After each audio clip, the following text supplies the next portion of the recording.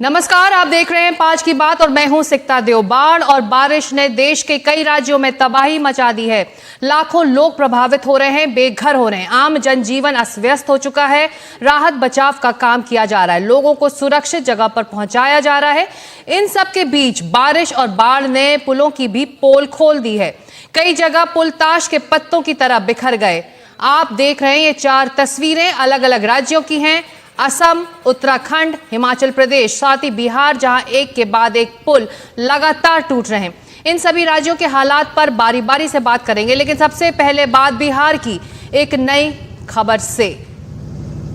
तो इस वक्त एक बड़ी खबर आ रही है। बिहार में लगातार पुल गिरने के मामले में बिहार सरकार ने बड़ी कार्रवाई की है। बीते 2 हफ्ते में बिहार में करीब 10 पुल गिर चुके हैं।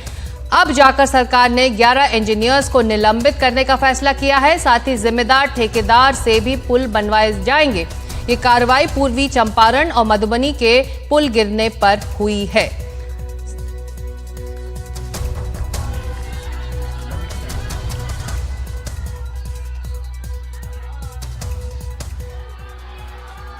नहीं, संवेदक का नाम तो क्लियर है, मातेश्वरी कंस्ट्रक्शंस है, उसके द्वारा यह निर्माण किया जा रहा था और उसी पर कार्रवाई भी की जा रही है। उसी के पैसे पर पूरा निर्माण किया जाएगा। निबंधन नियमावली में जो कार्रवाई होना है उसके लिए हमारे 2 अभियंता प्रमुख हैं, दोनों को निर्देशित कर दिया गया है। उसके तहत अन्य भी जो कार्रवाई होना है वो होगा। जो इस पर अभी संवेदक निबंधन नियमावली में शो कॉज माना जाता है, उस पर मांगा जा रहा है, उसके तदनुसार कार्रवाई होगी। ये हम लोग जल्दी से जल्दी करना चाह रहे हैं और सबसे त्वरित गति से जिस तकनीक से बनेगा उसी लिए पुल निर्माण निगम को भी बोला गया है कि आप तो दीजिए, क्योंकि उसके पास इसकी एक्सपर्टीज़ है और उसी से हम लोग भी बना सकते थे, लेकिन हम लोग के पास वो एक्सपर्टीज़ नहीं है जो उनके पास है। इसलिए यह निर्णय हुआ है कि उन्हीं के माध्यम से बनवाया जाए। मनीष कुमार हमारे सहयोगी जुड़ रहे हैं पटना, सीधे चलते हैं उनके पास। मनीष, 10 पुल राज्य में गिर चुके हैं, उसके बाद ये कार्रवाई हो रही है। वाकई बहुत बड़ा सवाल है कि किस तरह से इन मूलभूत सुविधाओं का निर्माण उस राज्य में होता रहा है। देखिए, निश्चित रूप से पुल जिस तरीके से गिरे हैं उससे 2 बातें साफ हुई हैं। एक, जो पुल का निर्माण होता है उसमें गुणवत्ता की पूरी तरीके से गुणवत्ता जो है कॉम्प्रोमाइज होती है। दूसरा, एक अधिकारियों के खिलाफ जो आज कार्रवाई हुई है, तो अधिकारियों और जो कॉन्ट्रैक्टर्स होते हैं उनकी मिलीभगत से पूरी तरीके से जो पुल की गुणवत्ता होनी चाहिए यानी कि क्वालिटी, वो कॉम्प्रोमाइज हुई है। लेकिन बिहार सरकार आखिर कार्रवाई करने के लिए मजबूर क्यों हुई? क्योंकि पूरे देश में बिहार के जो पुल हर दिन, शायद ही कोई ऐसा दिन होता हो जब एक से अधिक पुल बिहार में आजकल नहीं गिर रहे हों। वैसे में बिहार सरकार, खासकर पूरी एनडीए की सरकार, दिल्ली से पटना तक बैकफुट पर है और वैसे में उसने आज एक, आप कह सकते हैं कि दबाव में आकर एक संवाददाता सम्मेलन को आयोजित किया और साथ ही साथ इतने बड़े स्तर पर कार्रवाई करने की घोषणा भी की। हालांकि पुल का निर्माण ग्रामीण कार्य विभाग के द्वारा किया जाता है, लेकिन जो अधिकांश निलंबन है वो जल संसाधन विभाग के इंजीनियर का हुआ है, क्योंकि कहीं ना कहीं उनके तरफ से एक बड़ा नेग्लिजेंस सामने में आया है। और राज्य सरकार ने अब वादा किया है कि जिन कॉन्ट्रैक्टर्स ने पहले के पुल का निर्माण किया था, यानी कि जो पुल गिरे थे, उन्हीं से फिर से उसी कॉस्ट पर उनसे फिर से नए पुल का निर्माण होगा। तो आप कह सकते हैं कि राज्य सरकार अब पूरी तरीके से डैमेज कंट्रोल में लगी हुई है। जी मनीष, ऐसे में एक सवाल ये भी बनता है, क्या ये बात अब साबित हो चुकी है कि सब स्टैंडर्ड मटेरियल का इन पुलों को बनाने के लिए इस्तेमाल हुआ, या फिर ये भी कि उम्मीद से ज्यादा इस बार बारिश हो रही है उस इलाके में? देखिए, बारिश से भी ज्यादा जिस तरीके से पुलों के रखरखाव पर ध्यान देना चाहिए था, जो मॉनिटरिंग होनी चाहिए थी, कुछ पुल पुराने भी थे, लेकिन उसके बावजूद जो मेंटेनेंस का जो उनकी नियम है, जो उनका रूल है, वो नहीं हुआ। जिन लोगों को ध्यान रखना चाहिए था, जिस भी संबंधित विभाग के इंजीनियर थे, उनके तरफ से एक बड़ी लापरवाही सामने में आई है, जिसके कारण एक के बाद एक बिहार के कई सारे जिलों में इस तरीके के, वो चाहे ग्रामीण कार्य के पुल हों या अन्य विभाग के जो पुल हैं, वो इस तरीके से गिरे हैं। बिहार में आज के पहले जो पिछले 1 महीने में हुआ, उससे पहले पिछले 15-20 सालों में ऐसी घटनाएं देखने को नहीं मिली थी। बिल्कुल, और ये तमाम सवाल बने हुए हैं कि आखिर इन पुलों का मेंटेनेंस क्यों नहीं हुआ। अगर जिस तरह से अनुमान लगाया जा रहा था कि हम हमेशा की तरह या हर साल से कहीं ज़्यादा बारिश इस बार होगी, तो ज़रूरत थी कि इनका मेंटेनेंस भी उसी लिहाज से हो और सब स्टैंडर्ड मटेरियल के इस्तेमाल पर भी सवाल बने हुए हैं। और जो खबर मनीष दे रहे थे, 11 इंजीनियर्स को निलंबित किया गया है। 10 पुल गिर चुके हैं बिहार में अलग अलग इलाकों में। अब रुक करते हैं असम का, जहां अब तक 21 लाख लोग बाढ़ और बारिश से प्रभावित हुए हैं और बीते 24 घंटे में 6 लोगों की मौत की भी खबर आई है। मरने वालों की कुल संख्या 52 पहुंच चुकी है। असम के 29 जिले बाढ़ की चपेट में हैं, जहां करीब 3000 गांव बुरी तरह प्रभावित हैं। असम की 10 नदियां खतरे के निशान से ऊपर इस वक्त बह रही हैं। निचले असम में बाढ़ का अलर्ट भी जारी किया गया है। बुधवार से गोलपारा और डबरी जिले में बुधवार रात से ही जल जमाव की वजह से आम जनजीवन बुरी तरह प्रभावित हुआ। राहत और बचाव का काम लगातार जारी है। लोगों को सुरक्षित ठिकानों पर पहुंचाया जा रहा है। असम के पलासबारी के में बाढ़ का हाल बता रहे हैं हमारे सहयोगी रतनदीप चौधरी। असम में जो बाढ़ की परिस्थिति है वो अभी भी नाजुक बनी हुई है और असम के लगभग 29 ज़िले में बाढ़ है, जहां पे कि 21 लाख से भी ज़्यादा लोग पीड़ित हैं।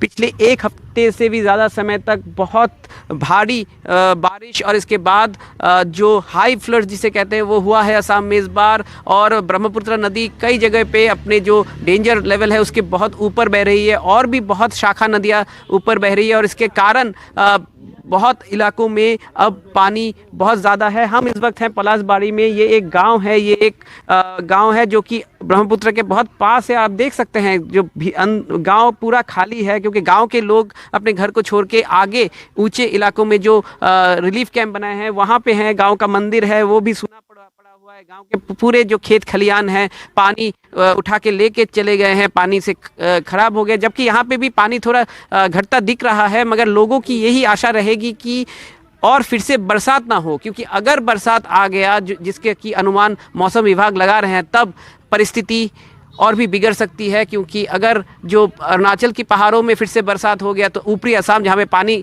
अब थोड़ा कम होता दिख रहा है वहाँ पे फिर से बाढ़ आ सकती है। मध्य असम में भी इसका प्रकोप पड़ सकता है और निचले असम में जहाँ पे कि अभी भी बाढ़ की परिस्थिति नाजुक बनी हुई है वहाँ पे भी इसका ज़रूर अगर बरसात हो तो उसका फिर से प्रकोप पड़ेगा। तो सरकार और बाढ़ पीड़ित लोग सब ये आशा बनाए रखे हुए हैं कि बरसात रुक जाएगी और बाढ़ की स्थिति में सुधार होगा।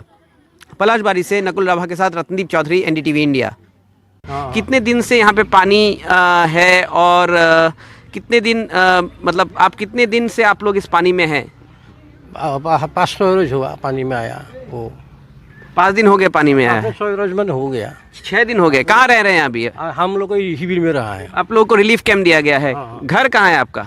और वो वाला है उस तरफ अगर पानी के अंदर है। ये जो आपका मंदिर है गांव का मंदिर है? गांव का मंदिर है और गोपाल कृष्ण मंदिर है। गांव मंदिर में भी पानी घुस चुका है? पानी घुस चुका पूरे गांव में, स्कूल में भी पानी घुस? मंदिर का अंदर में चावल धान वो वाला पूरा पानी में डूब गया। तो जो खेती बाड़ी जो थी लोगों की वो भी पानी लेके चला गया? पानी निकल गई। तो कितना प्रॉब्लम हो रहा है लोगों का? बहुत प्रॉब्लम हुआ। गोरू का घास मिलते हैं और पूरा बकरी वाला का घास नहीं मिल रहा है और पीने का पानी मिल रहा है?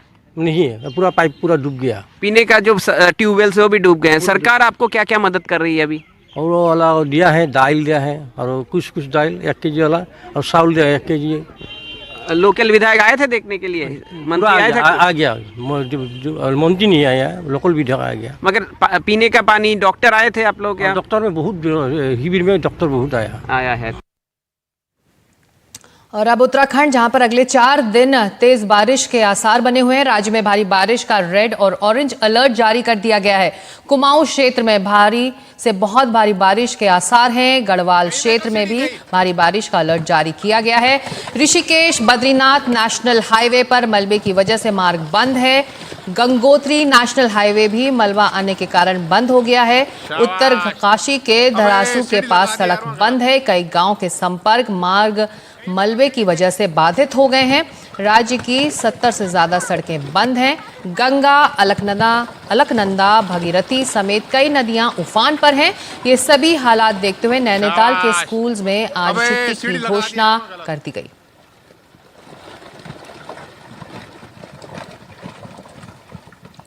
और देहरादून के गुच्चू पानी में भारी बारिश की वजह से नदी में उफान आ गया, जिसकी वजह से 10 लोग टापू पर फंस गए। एसडीआरएफ ने रेस्क्यू किया। रस्सी के सहारे नदी पार इन लोगों को करवाया गया। साथ ही उत्तरकाशी में गंगोत्री गौमुख ट्रैक पर पुल क्षतिग्रस्त हुआ। पानी की तेज बहाव में 2 कावड़ यात्री बह गए और 30-40 कावड़िए फंस गए। एसडीआरएफ की टीम ने वहां फंसे कावड़ियों का भी बचाव का काम वहां पर किया। आराम तो बोले, आराम तो उत्तराखंड में मौसम विभाग ने भारी से बहुत भारी बारिश का अलर्ट जारी किया है, जिसमें कुमाऊं रीजन में भारी से बहुत भारी बारिश का रेड अलर्ट मौसम विभाग ने जारी किया है। तो इसके अलावा गढ़वाल रीजन में भी भारी बारिश का ऑरेंज अलर्ट है। मौसम विभाग ने भारी बारिश को देखते हुए कई तरह की एडवाइजरी भी जारी की है। मौसम विभाग ने एडवाइजरी जारी की है कि जब बारिश ज़्यादा होती है तो ऐसे में यात्रा ना करें, क्योंकि मलबा फिर लैंडस्लाइड आने की वजह से नुकसान हो सकता है। इसके अलावा नदियों के किनारे रहने वाले लोगों को भी अलर्ट रहने के निर्देश दिए हैं और ये कहा गया है कि जब बारिश होती है तो ऐसे में नदियों का जलस्तर बढ़ता है तो नदियों के किनारे ना जाएं। इसके अलावा जो लोग पिकनिक मनाने नदियों के किनारे जाते हैं वो भी नदियों से दूर रहें, क्योंकि नदियों का जलस्तर बढ़ रहा है। गढ़वाल रीजन की अगर बात करें तो गढ़वाल में अलकनंदा, भगीरथी, मंदाकिनी और गंगा का जलस्तर लगातार बढ़ रहा है, क्योंकि ऊपर इलाकों में बारिश हो रही है। तो इसके अलावा कुमाऊं में भी कोसी, शारदा, काली जैसी नदियां उफान पर है। भारी बारिश से पिछले 24 घंटों में 100 से ज़्यादा सड़कें बाधित हुई है, जिसमें या तो फिर लैंडस्लाइड हुआ है या फिर मलबा आने के कारण ये जो रोड है वो ब्लॉक हुई है, जिनको खोलने का लगातार प्रयास किया जा रहा है। इसके अलावा आपदा प्रबंधन विभाग ने सभी अधिकारियों को ये निर्देश दिए हैं कि कोई आपदा जैसी स्थिति होती है तो उसमें राहत और बचाव कार्य तुरंत किया जाए। इसके अलावा जो सड़कें ब्लॉक होती हैं उनको तुरंत खोला जाए ताकि यातायात लगातार चलता रहे। लेकिन लगातार पिछले कई दिनों से हो रही बारिश ने काफ़ी नुकसान पहुंचाया है, जिसमें सड़कें काफ़ी बाधित हुई है, कई जगह लैंडस्लाइड हुए हैं और कई जगह पर खेती की ज़मीन भी बही है। ऐसे में लोगों को काफ़ी दिक्कतों का सामना करना पड़ रहा है। फिलहाल मौसम विभाग ने 7 जुलाई तक भारी बारिश का अलर्ट जारी किया है और ऐसे में कई तरह की एहतियातन सुरक्षित और कई तरह की सलाहें भी दी है ताकि इस भारी बारिश के दौरान लोगों को बचाया जा सके। तो दूसरी तरफ मौसम विभाग ने 7 तारीख से लेकर 12 तारीख तक कम बारिश की संभावना जताई है, लेकिन 12 जुलाई से मौसम विभाग ने गढ़वाल रीजन में खासकर उत्तरकाशी, पौड़ी, चमोली, रुद्रप्रयाग और पिथौरागढ़ या फिर अल्मोड़ा, नैनीताल जैसे इलाकों में भारी बारिश की चेतावनी दी है। वहीं भारी बारिश को देखते हुए शासन प्रशासन ने तमाम अपनी तैयारियां पुख्ता की है। देहरादून से एनडीटीवी इंडिया के लिए किशोर रावत। वहीं हिमाचल प्रदेश में भी बारिश के हालात चिंताजनक हैं। राज्य में 2 दिन भारी बारिश का ऑरेंज अलर्ट जारी किया गया है। चंबा, ऊना, कांगड़ा, हमीरपुर में भारी बारिश के अलर्ट हैं। बिलासपुर, मंडी, सोलन, सिरमौर में भी भारी बारिश का अलर्ट जारी किया गया है। 100 से ज्यादा सड़कें बंद हैं, जगह जगह लैंडस्लाइड हो रही है। करीब 220 बिजली के ट्रांसफार्मर्स ठप पड़ गए हैं। पानी की कई परियोजनाएं टूट गई हैं। तापमान में 2 से 3 डिग्री की भी गिरावट दर्ज हुई है।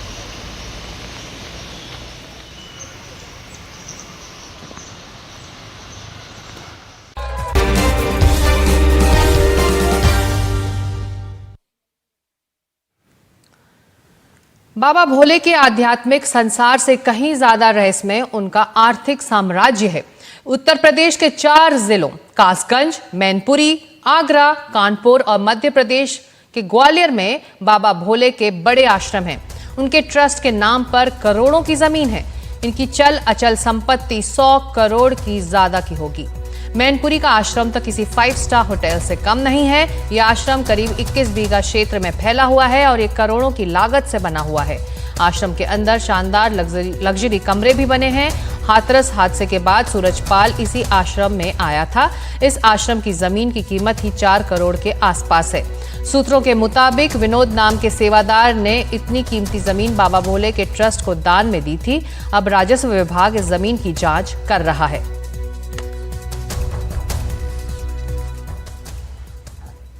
और भोले बाबा उर्फ नारायण हरि साकार का एक बड़ा आश्रम कानपुर में भी है। हम पहली बार आपको दिखाएंगे कि कैसे बाबा ने बड़े बड़े आश्रम बनवाए हैं। कानपुर के आश्रम से देखिए हमारी संवाददाता रणवीर सिंह की ये खास रिपोर्ट।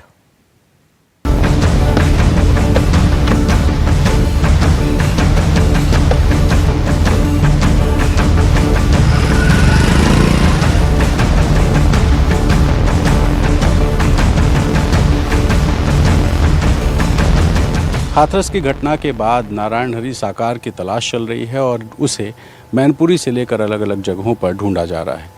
नारायण हरि सरकार ने देश के अलग अलग शहरों में अपने आश्रम बनाए हैं और ऐसा ही एक आश्रम है कानपुर के बिधुनु इलाके में, जहां पे नारायण हरि सरकार ने अपना एक आश्रम कोविड काल में बनाया था। ये वो आश्रम है जिसका ये मुख्य द्वार है और यहाँ पर जब कोई पहुँचता है तो इस ग्रामीण इलाके में इस भव्य इमारत को देखकर उसका आकर्षण सहज ही हो जाता है। लेकिन जब आप आश्रम के पास पहुँचेंगे तो यहाँ ये एक मंदिर नुमा जगह बनाई गई है, जहाँ पर सामने तस्वीर लगी है नारायण साकार हरि की और एक स्लोगन जो अपनी शिक्षा में वो दावा करते हैं वो दिखाया गया है। कानपुर स्थित बाबा के इस आश्रम में महीने भर में 7 या 8 जो भक्तों की कमेटियां हैं उनको यहाँ पर डिप्यूट किया जाता है ताकि वो इस पूरे आश्रम को मेंटेन कर सकें। एक जो कमेटी होती है उसमें लगभग 50 से 60 भक्त होते हैं और वो भक्त 4 दिन के लिए यहाँ आते हैं, यहाँ पर साफ़ सफाई करते हैं और उसके बाद यहाँ भजन पूजन होता है और 4 दिन बाद वो भक्त यहाँ से निकल करके वापस जाते हैं और दूसरी जो मंडली होती है यानी जो कमेटी जिसको कहते हैं वो कमेटी आती है। इनका काम होता है इस आश्रम में खेती बाड़ी करना। आप तस्वीरों में देखिए कि यहाँ पर जो खेती हो रही है ये भक्त आते हैं यहाँ खेती करते हैं, साथ ही इस आश्रम को की साफ़ सफाई का जो काम है वो करते हैं। और इसकी सिक्योरिटी के लिए ज़रा एक तस्वीर देखिए कि इन दीवारों की जो हाइट्स हैं, जो बाउंड्री बनाई गई है वो लगभग 12 फीट से ज़्यादा है और उसके ऊपर कटीले तार लगाए गए हैं ताकि कोई आश्रम में आ ना सके। और इस आश्रम में जो पीछे ये लंबाई में आपको दिखाई दे रहा है यहाँ पर खेती है, पीछे एक खाली जगह है जो मैं आपको लेकर के चलता हूँ, दिखाता हूँ। यहाँ खाली जगह है और इस तरफ जो हॉल है वो बनाया गया है।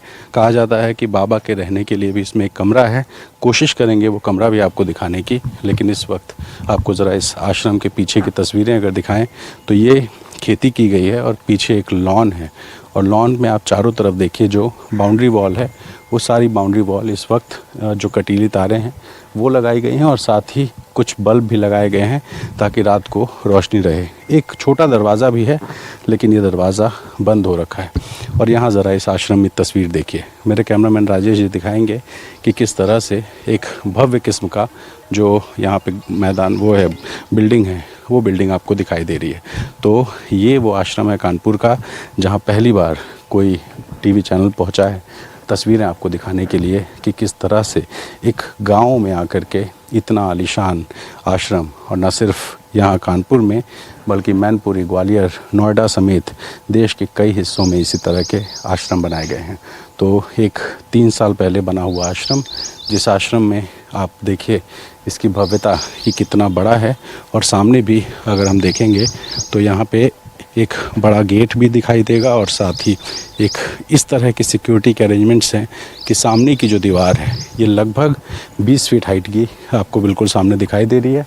और वो 20 फीट हाइट की जो दीवार है, इस दीवार के बगल में एक बहुत बड़ा सा गेट बनाया गया है जो कि आश्रम का प्रवेश द्वार है। तो इस तरीके से यहाँ इस आश्रम में जो सेवादार हैं वो आते ज़रूर हैं, लेकिन जब से हाथरस का विवाह शुरू हुआ इस आश्रम में सेवादारों के नाम पर 3 या 4 लोग हैं, बाकी सारे सेवादार यहाँ से निकल गए हैं। फ़िलहाल किसी को आने की अनुमति नहीं थी, लेकिन एनडीटीवी ने कोशिश की और अंदर आकर के ये तस्वीरें दिखा रहे हैं। कुछ सेवादारों से बात करते हैं, चलते हैं और समझते हैं कि आखिर बाबा किस तरह के चमत्कार का दावा करते हैं और जो भक्त हैं वो बाबा के चमत्कारों पर कितना विश्वास करते हैं। आपका नाम क्या है? हमारा नाम शिव शंकर है। आप यहाँ स्थायी तौर पे यहीं रहते हैं? नहीं, हमारी कमेटियाँ लगती हैं 2 महीने में, कमेटी की सेवा लगती है 4 दिन की, तब हम आते हैं 4 दिन के लिए 2 महीने में। अच्छा, हाँ। अभी आपकी ड्यूटी चल रही है? अभी हमारी ड्यूटी चल रही है। क्या क्या ड्यूटी रहती है? यहाँ की देख रेख, साफ सफाई, जिससे गमला लगे इनकी देख रेख, निराई गुड़ाई, पानी जल। और तो कितने लोग रहते हैं एक कमेटी में? हमारी कमेटी में तो अभी 50 लोग हैं। अच्छा, ये बताइए, महाराज जी के बारे में लोग जानते नहीं हैं, जो बाबा हैं नारायण हरि साकार जी, उनके बारे में लोग जानते नहीं हैं। कौन है ये? ये निराकार सत्ता है, आज प्रकट लिया है। निराकार सत्ता का मतलब शिव, उनका प्रकट हुआ है, उन्हीं का नाम नारायण साकार हरि है। मतलब जिसका नाम जो पहले पुलिस में थे वो उनका प्रकाट्य हो गया। प्रकट लिया है, उनके शरीर में प्रकट लिया है, उनका नाम नारायण साकार हरि है। और जितनी बार नाम बदले गए हैं, तो जो सत्ता इनके अंदर प्रकट है वही नाम बदलते हैं। तो क्या बताते हैं, किसकी मतलब कौन से भगवान उनके अंदर अवतरित हुए? नारायण साकार हरि, इसके पहले भोले बाबा जी थे, इसके बाद साकार विश्व हरि के नाम से हुए। साकार विश्व हरि के बाद में नारायण साकार हरि जी आए। तो वो मानवता का परिचय देते हैं, ना मानवता हमको सिखाते हैं और हमें झुकना सिखाते हैं कि झुक के मानव सेवा करो। जिसने जो कुछ पाया है झुक कर ही पाया है। हम में जब से हरि परमात्मा में जुड़े, तब से हमें हाथ जोड़ झुक करके ही मानव सेवा करते आए हैं, आज भी कर रहे हैं। अच्छा बात बताइए, ये जो नारायण हरि जी हैं, ये इंसान हैं या भगवान हैं? अब ये परमात्मा जो प्रकट लिए हैं, इस शरीर में प्रकट लिया है। आप भी पढ़े हैं, हम भी ज़्यादा तो नहीं पढ़े, लेकिन आप वो भी पढ़े हैं कि इनकी सत्ता प्रकट शरीर में लिए हुए हैं।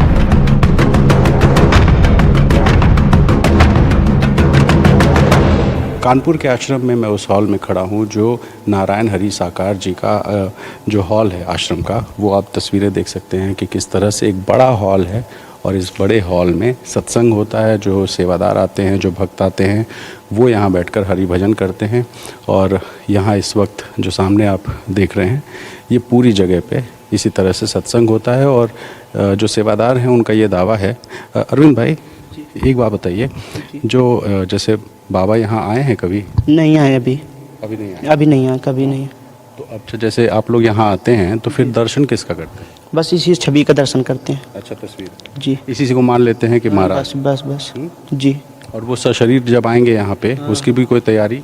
तो इसी में बैठेंगे यहाँ पे? हाँ, पहले कमरे में जाएंगे, फिर इसमें बैठेंगे। अच्छा। और गुरु मैया? गुरु मैया कमरा वो है, अच्छा, प्रभु यहीं बैठेंगे। अच्छा, अगल बगल में गुरु मैया और गुरु जी का कमरा है? अलग अलग। अलग। और उसके बाद जब आएंगे तो यहाँ पे आसन पे बैठेंगे? हाँ, इसी आसन में बैठेंगे। तो ये बताइए, यहाँ जो भक्त आते हैं वो तो कभी आए नहीं, तो फिर यहाँ पे बैठ के सिर्फ ध्यान करते हैं? नहीं, दर्शन करके चले जाते हैं। मंगल का घंटा 1 घंटा दरवाज़ा खोला जाता है, बस दर्शन करके चले जाते हैं अपने अपने घर। हाँ।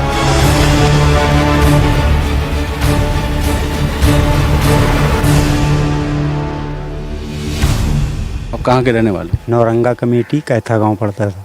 कैथा जिला? कानपुर। अच्छा, जिला कानपुर का ही। तो आप कब से जुड़े हैं बाबा से? हम ये 2019 में आए थे ना, वो 2019 से जुड़े हैं। 19? हाँ। 5 साल हो गया। 5 साल में क्या आपके बाबा के बारे में क्या जानते हैं?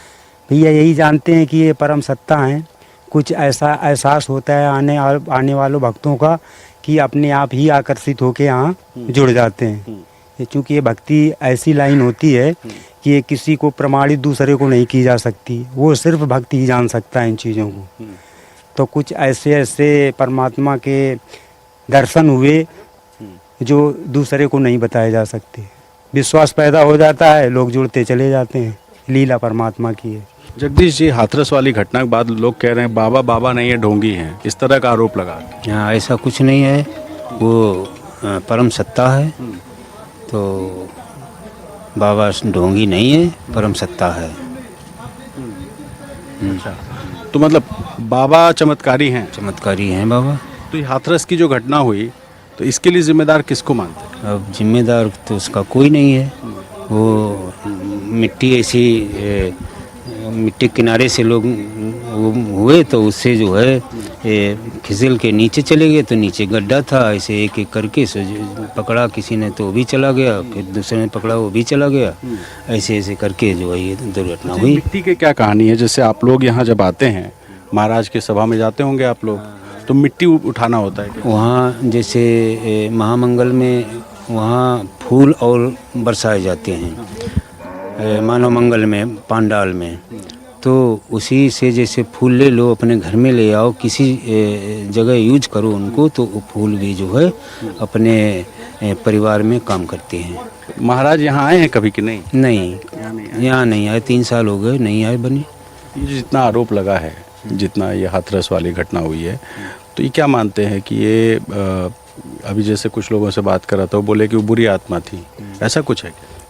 अब क्या बताएं, बुरी आत्मा थी या किसी का उसमें हाथ था, हमें भी कुछ नहीं बता पाएंगे क्योंकि हम गए नहीं थे। ये हो सकता है कोई स्वाभाविक घटना हो, अब कोई क्या जान सकता है। ऐसी घटनाएं तो अक्सर हुआ करती हैं भैया, हर जगह होती हैं, जहाँ आस्था के केंद्र हैं जहाँ भी अक्सर हो जाता है। तो कहा यह जा रहा है ना बाबा पे कार्रवाई होनी चाहिए। अब ये तो भैया हम इसमें क्या कह सकते हैं किसी को, हमारे नज़रों में तो भैया निर्दोष हैं वो, अब कोई कुछ कहता है उसकी मर्जी है।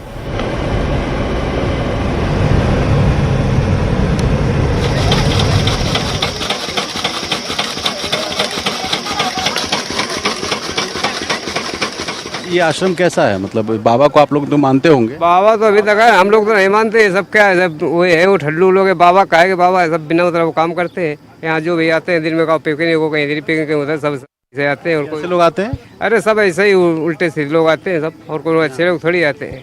तो ये क्या आप जो आप कह रहे हैं कि गड़बड़ लोग आते हैं, किस तरह के गड़बड़? अरे जैसे है लोग आते हैं, कहीं इधर पिकनिक मंगाए, कहीं उधर बैठेंगे, कहीं ये करेंगे, कहीं वो करेंगे। यहाँ से एक आध लड़कियाँ भी भग चुकी, कहीं 5-7 यहाँ से। क्या भग चुकी? हाँ भग चुकी यहाँ आश्रम से, लेके चले जाते, भग जाते हैं लोग जो आते हैं साथ में। लौंडे भाई सब यही तो होता है, और क्या है, यही आश्रम है। बाबा तो आज तक आया नहीं कभी ना। तो भीड़ भाड़ रहती है? भीड़ भाड़ तो मंगल को रहती है बहुत ज़्यादा। कितने लोग आते हैं? भीड़ भाड़ तो मंगल को तो 400-500 आदमी हो जाए। हमारा कोई विरोध नहीं है, खूब बढ़िया मंदिर बना है, खूब चोरी बदमाशी हट गई, जाते हैं पानी पीने को मिलता है, और बड़ा सुख है, बड़ा शांति है, और बढ़िया है। कोई काम नहीं खराब, कोई झगड़ा नहीं हुआ। हाँ, हमारे गांव के भी 8-10 आदमी उसमें जुड़े हुए हैं, और ये ग्राम सभा से आदमी हमारे यहाँ जो जितने आदमी थे बनवाने के समय पर, तो उमर साहब आए थे, उनसे बोल रहे थे कि हम यहाँ परमात्मा का मंदिर बनवाना चाहते हैं, आपकी मर्जी हो तो बनवा दे, करोड़ों रुपया लगाएंगे, यहाँ चमत्कार हो जाएगा। तो सब आदमी बोले कि चलो भाई बनवा लो। तो ये बाबा आए हैं यहाँ पे? बाबा दाई इनको ना आए नहीं है। अंधविश्वास में सब मर रही है जनता। एक बार नहीं, अंधविश्वास में वो लोग कह रहे हैं कि परमात्मा है। परमात्मा नहीं वो है, हमें राम न दिखाई दी दिन, भगवान कृष्ण न दिखाई दी, भगवान विष्णु न दिखाई दी, भोलेनाथ न दिखाई दी। आत्मा में शांति करो तो सब कुछ है। जो आश्रम से जुड़े लोग हैं उनका दावा है कि नारायण हरि साकार के अंदर 1998 में परमात्मा आ गए थे, यानी कि शरीर इंसान का है लेकिन आत्मा जो है वो परमात्मा की है। लेकिन जो आश्रम का दावा है उस दावे को खोखला करते हैं इस करसुई गांव के लोग। जहां हम पहुंचे और लोगों से बात किया तो लोगों का कहना है कि आश्रम सिर्फ और सिर्फ फर्जीवाड़ा करता है, सिर्फ और सिर्फ झूठ बोलता है, और जो लोग आते हैं वो गलत काम करते हैं, ऐसा गांव वालों का दावा है। फिलहाल इस करसुई गांव में पुलिस भी पहुंची है, पूछताछ भी की है। नारायण हरि सरकार यहाँ पे नहीं है, लेकिन जो आश्रम से जुड़े कुछ लोग हैं वो ज़रूर मौजूद हैं। तो गांव के लोग आप देखिए इस तरह से भीड़ करके जो आश्रम है उसका विरोध भी कर रहे हैं, और आश्रम के जो लोग हैं उनमें ज़्यादातर इस वक्त अपने अपने घर लौट चुके हैं, और जो बचे हैं वो दावा करते हैं कि उन्हें परमात्मा का दर्शन होता है। अब कौन सही कौन गलत ये तो प्रभु जाने, लेकिन फ़िलहाल कानपुर के इस आश्रम में इस वक्त हलचल बढ़ी हुई दिखाई दे रही है। कानपुर से अपने सहयोगी अरुण अग्रवाल और कैमरा पर्सन राजेश गुप्ता के साथ रणवीर, NDTV इंडिया के लिए। और अब आपके लिए एक सवाल जिस पर आप अपनी राय हमें QR कोड को स्कैन कर कर दे सकते हैं और अपना जवाब भेज सकते हैं। सवाल है, क्या लेबर पार्टी की जीत से भारत ब्रिटेन के रिश्ते और मजबूत होंगे? आपको बता दें कि ब्रिटेन में चुनाव में प्रधानमंत्री ऋषि सुनक की कंजर्वेटिव पार्टी हार गई है और कीयर स्टारमर के नेतृत्व वाली लेबर पार्टी को भारी बहुमत से जीत मिली है। लेबर पार्टी बहुमत के साथ 14 साल बाद सत्ता में वापस लौट रही है। ऐसे में सवाल है कि क्या लेबर पार्टी के साथ भारत ब्रिटेन के रिश्ते और मजबूत होंगे?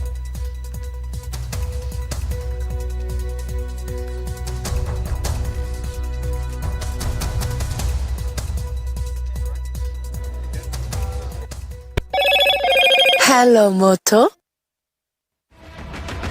मोटोरोला भारत का सबसे अच्छा 5G स्मार्टफोन ब्रांड।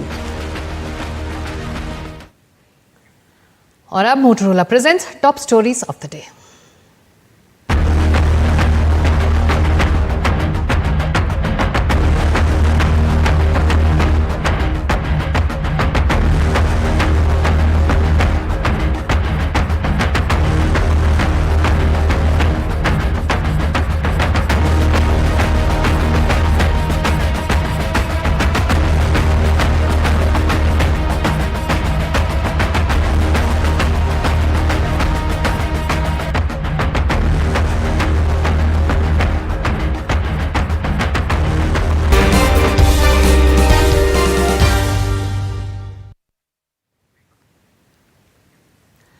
जाने माने वकील और राज्यसभा सांसद महेश जेठमलानी ने कल एक ट्वीट कर बताया कि किस तरह अडानी समूह के खिलाफ हिंडनबर्ग की साजिश का एक चीनी कनेक्शन भी है। आज इस सिलसिले में उन्होंने दूसरा पोस्ट कर वो सबूत पेश किए हैं जिसके आधार पर इस चीनी कनेक्शन की बात हो रही है। उन्होंने लिखा है कि माहिर चीनी जासूस आनला चेंग वो शख्स हैं जिन्होंने अपने पति मार्क किंगडन के साथ हिंडनबर्ग को अडानी समूह पर रिसर्च के लिए हायर किया। अडानी के शेयरों की शॉर्ट सेलिंग के लिए एक ट्रेडिंग अकाउंट मुहैया कराने की कोटक की सेवाएं ली गई, जिसने अडानी के मार्केट कैप को बुरी तरह चोट पहुंचाई। उन ढेर सारे भारतीय खुदरा निवेशकों के बारे में कुछ सोचे बिना जिसे उन्होंने वित्तीय तौर पर खत्म कर दिया। चीन के रणनीतिक हितों को बढ़ावा देने के लिए एक भारतीय कॉरपोरेट प्रतियोगी को बर्बाद करने की कुत्सित साजिश की, जबकि अडानी समूह ने कई रणनीतिक अंतर्राष्ट्रीय परियोजनाओं के करार चीनी राज्य को पछाड़कर हासिल किए और जिनके हितों और हरकतों को भारत के अंदर इंडी गठबंधन को बचाने के लिए क्रोनी कैपिटलिज्म पर हमला करने की आड़ में बढ़ावा दिया। इस बात को छुपाते हुए कि वो चीनी राष्ट्र राज्य के हाथों बिक गए थे। महेश जेठमलानी ने कहा है कि जो लोग इस महिला के बारे में जानना चाहते हैं वो अमेरिकी कांग्रेस के सामने चेंग की कंपनी सब चाइना के एक पूर्व कर्मचारी शेनॉन वॉटसेंट का हलफनामा लेकर दिया गया बयान पढ़ लें। जेठमलानी ने बयान भी अपने पोस्ट में अटैच किया है। इस बयान के मुताबिक शेनॉन वॉटसेंट जाने माने टीवी पत्रकार रहे हैं जिन्हें कई सम्मान मिले। उनको चीनी टीवी चैनल सीसीटीवी में काम करने के लिए बुलाया गया। उन्होंने पाया कि चीनी मीडिया सरकारी निर्देशों पर काम करता है, खबरों में सरकार के इशारे पर हेरफेर होता है। कल ही महेश जेठमलानी ने एक और ट्वीट कर विस्तार में बताया था कि किस तरह हिंडनबर्ग की साजिश का चीनी कनेक्शन सामने आया है। तो इसके पहले कल भी महेश जेठमलानी ने एक ट्वीट कर इस चीनी कनेक्शन की पोल खोली थी। उन्होंने बताया कि हिंडनबर्ग को अमेरिकी कारोबारी मार्क किंगडन ने अडानी समूह पर रिपोर्ट तैयार करने का काम किया। किंगडन ने कोटक की अंतर्राष्ट्रीय निवेश शाखा KMIL से एक ऑफशोर फंड बनाने और अडानी के शेयरों में ट्रेड करने को कहा। इससे कोटक इंडिया अपॉर्चुनिटी फंड बना। हिंडनबर्ग रिपोर्ट तैयार होने से पहले KIOF ने मॉरिशस रूट के जरिए अडानी के शेयरों में बड़ी शॉर्ट सेलिंग की। इस कारोबार के लिए $40 मिलियन का फंड किंगडन मास्टर फंड ने मुहैया कराया, जिसका बड़ा हिस्सा किंगडन परिवार के पास है, जिसमें उनकी पत्नी आनला चेंग भी शामिल है। आनला चेंग एक चीनी अमरीकी हैं जो अमेरिका में चीनी हितों की मजबूत लॉबिस्ट है। वो सब चाइना की CEO भी रही, जो एक प्रो चाइना मीडिया इनिशिएटिव है। ये धीरे धीरे एक चीनी प्रोजेक्ट में बदल गया जब एक विसल ब्लोअर ने अमेरिकी कांग्रेस में शपथ लेकर चीन के पक्ष में खबरों में तोड़फोड़ का आरोप लगाया। जब कई अमेरिकी सेनेटर्स ने इसकी जांच की मांग की तो चाइना प्रोजेक्ट बंद कर दिया गया। उनका ये आरोप भी था कि इसका चीन की कम्युनिस्ट पार्टी से वास्ता है। महेश जेठमलानी ने सवाल उठाया है कि किंगडन को किसने KMIL से मिलवाया। क्या जिन भारतीयों ने इस मामले में हिंडनबर्ग की मदद की, क्या वो इसके मकसद से परिचित थे और क्या उन्हें इससे वित्तीय फायदा मिला?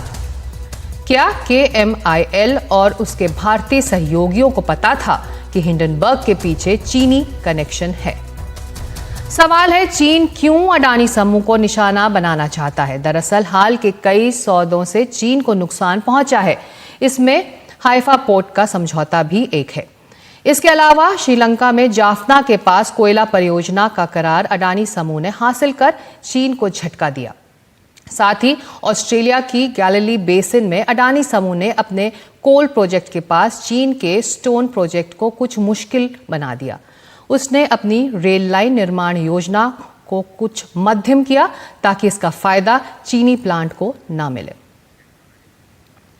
और हमारे साथ अब खुद महेश जेठमलानी जुड़ रहे हैं, सीधे चलते हैं उनके पास।